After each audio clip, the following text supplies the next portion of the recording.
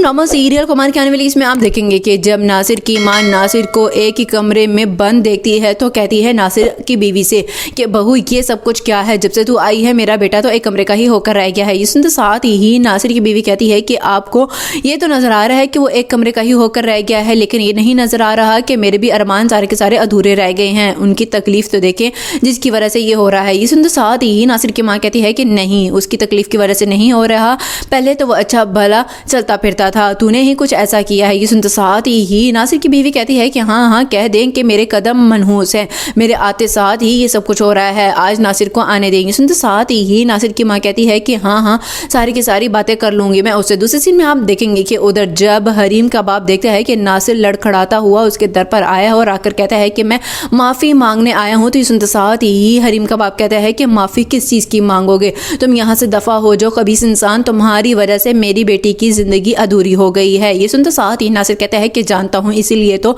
माफ़ी मांगने आया हूँ, एक बार हरीम से मिलने देंगे। सुनते साथ ही हरीम का बाप कहता है कि माफ़ी क्यों मांगोगे, तुम्हारे माफ़ी मांग लेने से इस तरह क्या मेरी बेटी के ऊपर लगे हुए सारे के सारे इल्ज़ामात हट जाएंगे और उसका शोहर उसे ले जाएगा। तो सुनते साथ ही नासिर कहता है कि हाँ सब कुछ हो जाएगा, मैं फाइज को मना लूँगा, सब कुछ बता दूंगा कि जो भी कुछ किया मैंने उसकी माँ के कहने पर किया। ये सुनते साथ ही हरीम का बाप कहता है कि क्या ये सब कुछ फाइज की माँ ने करवाया है, ये तुम अपने मुँह से कह रहे हो। लास्ट में आप देखेंगे कि उधर जब कहकशां बेगम कहती हैं फाइज के बाप से कि अब तो मुझे लगता है कि हमसे बहुत ही ज़्यादा बुरा हो गया है, तो ये सुनते साथ ही शेख साहब कहते हैं कि हाँ कहकशां तुम ही खरे और खोटे की पहचान नहीं कर पाई, तुम्हें तो बस वही अपनी बड़ी बहू अच्छी लगती थी। ये सुनते साथ ही फाइज की माँ कहती है कि जो भी कुछ हुआ वो आपके सारी की सारी सपोर्ट के साथ ही हुआ है, आप भी तो कहते थे कि ये 2% की लड़की हमारे घर की बहू नहीं बनेगी। ये सुनते साथ ही फाइज का बाप कहते हैं कि हाँ और इस सब में सबसे ज़्यादा हाथ तुम्हारा था, तुमने ही इस चीज़ को हवा दी थी।